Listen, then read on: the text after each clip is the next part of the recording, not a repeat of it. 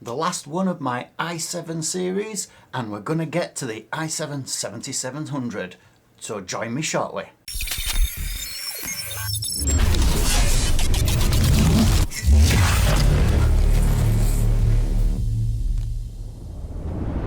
Hello and welcome back to Nelly's Nerd Cave. I'm Neil, and on this channel I share my love of tech and gaming with tips, tutorials and review based on my experiences of what I like to do, which is IT.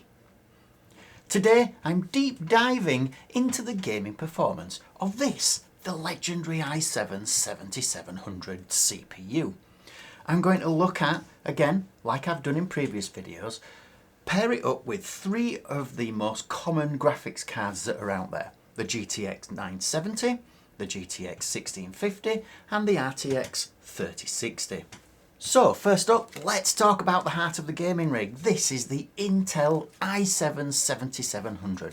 This beast of a processor is a favourite among gamers with its 4 cores and 8 threads. It has great performance and can be overclocked when you get the K skew.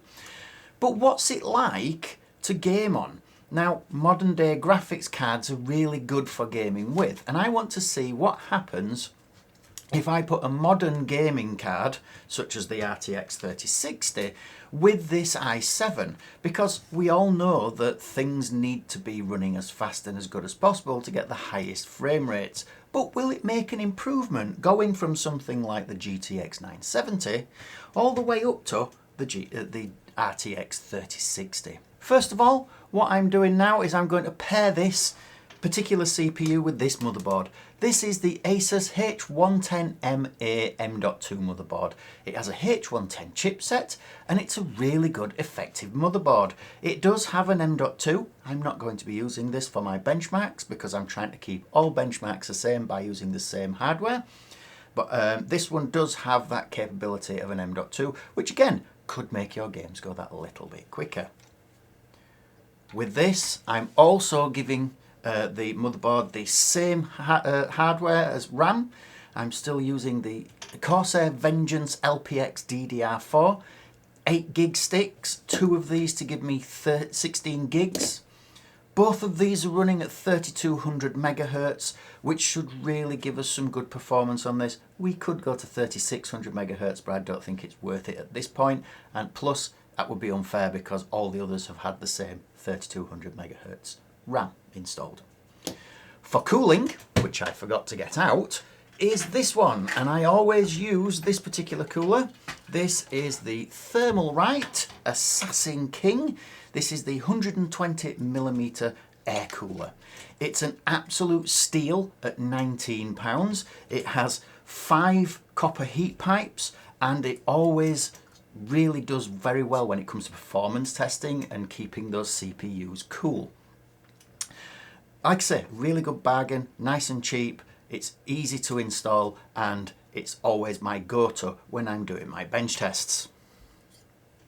I'll also be using a Kioxia Xperia 480GB 2.5-inch SSD, which has shown to be really impressive drive for the needs that I use it for. And the final thing to test these is the monitor, and this is the MSI G271. It's a 145Hz gaming monitor.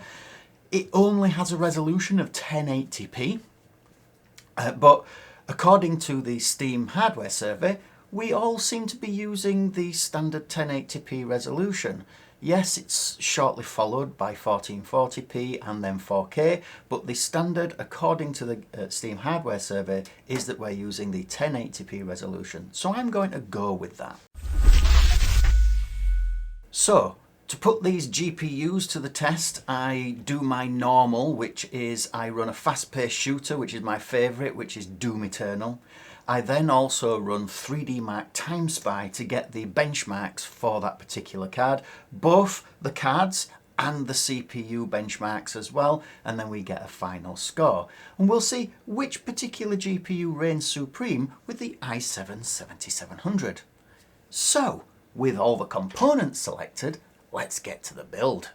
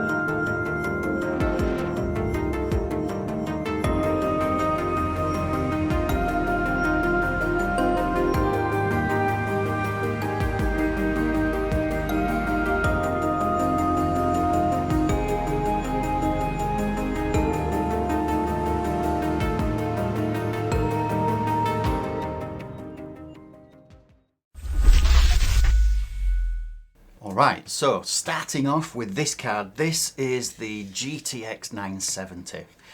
This is a veteran GPU that still holds its own in today's gaming landscape. It's a really good card. It's got fantastic, respectable frame rates and plays games really smoothly. It is a solid choice for any of you budget gamers out there who are really conscious about the budget. So this one is the gaming edition from MSI. It's a 4GB graphics card, but it's 4GB of GDDR5.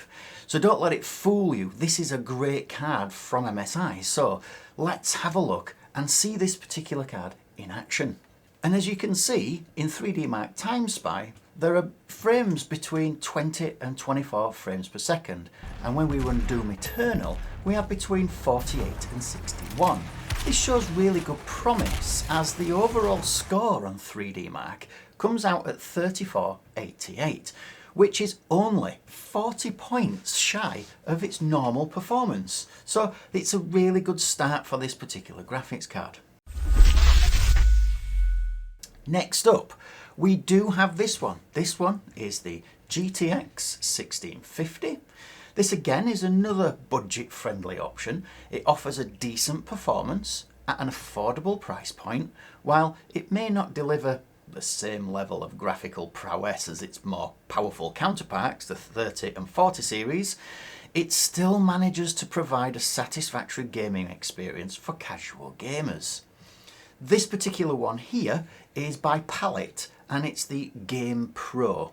This again has 4GB of GDDR5 and it's the overclocked version of this card.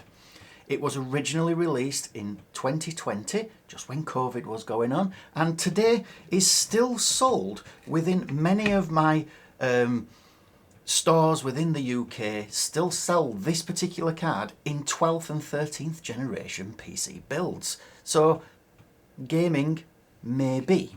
So let's take a look at this performance. So again, this one's not bad at all. This one fared pretty well. And as you saw, we had frame rates in 3D Mark Time Spy of between 19 and 24 frames per second, which is about the same as the GTX 970. And in Doom Eternal, we had frame rates of between 46 and 65, which is a little bit of an increase.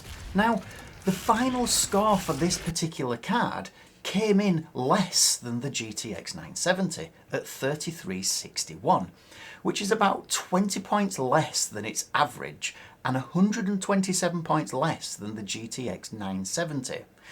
So this could be that the card simply does not have the same horsepower of an older card.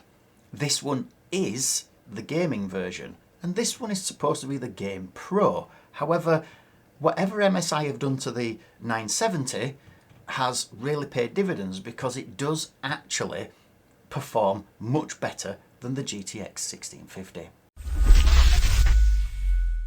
And finally, we have this, the RTX 3060, a great performer in our lineup with its ray tracing capabilities, high frame rates. This GPU takes gaming to a whole different level, delivering unparalleled visuals and really immersive gameplay. This particular card is from MSI. It comes with 12GB of GDDR6.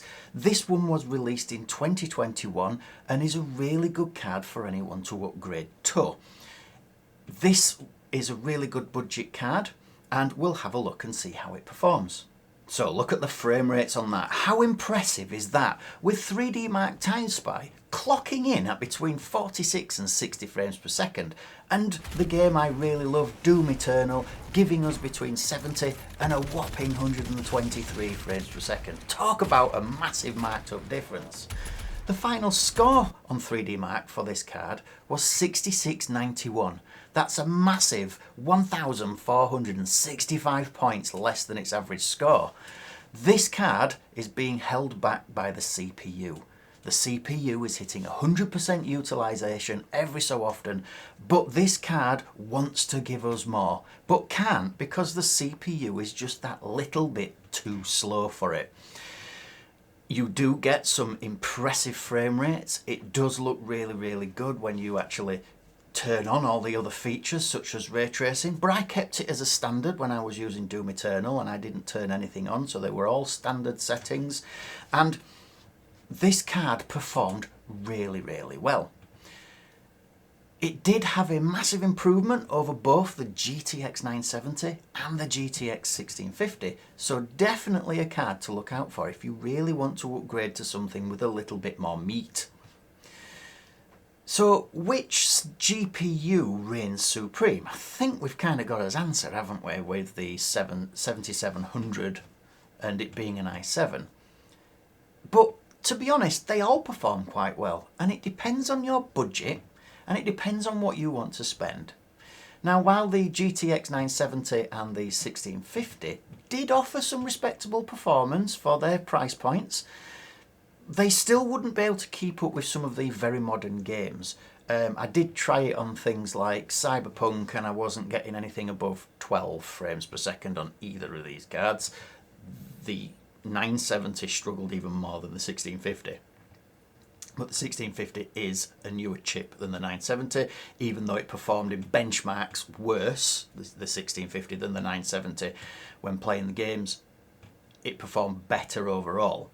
But you can't be beaten by the RTX 3060. This undoubtedly steals the whole show and is really unmatched with its graphical fidelity, that word I can't say, and performance.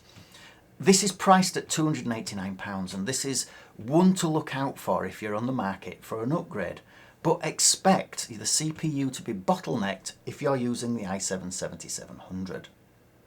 So, with all the tests complete, that's the final video for my i7 run, finishing with the i7-7700. And you can, hopefully you've been able to see and learn which particular graphics card might be best for your system if you've got something quite old. So if you enjoyed this video, don't forget to like, don't forget to share, make sure you subscribe to Nelly's Nerd Cave for more gaming content and tech-tastic reviews. And until next time, happy gaming and stay nerdy.